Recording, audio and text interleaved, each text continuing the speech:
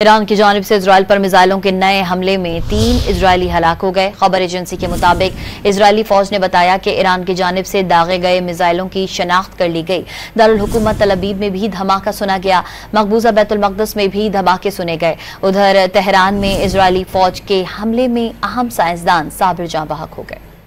Iran की जानिब से इजराइल पर मिसाइलों के नए हमले में 3 इजरायली हलाक हो गए। खबर एजेंसी के मुताबिक इजरायली फौज ने बताया कि ईरान की जानिब से दागे गए मिसाइलों की शनाख्त कर ली गई।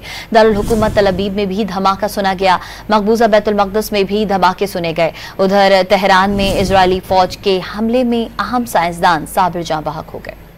ईरान की जानिब से इजराइल पर मिसाइलों के नए हमले में 3 इजरायली हलाक हो गए। खबर एजेंसी के मुताबिक इजरायली फौज ने बताया कि ईरान की जानिब से दागे गए मिसाइलों की शनाख्त कर ली गई। दारुल हुकूमत तल अबीब में भी धमाका सुना गया। मकबूजा बैतुल मक़दस में भी धमाके सुने गए। उधर तेहरान में इजरायली फौज के हमले में अहम साइंसदान साबिर जाँ बहक हो गए।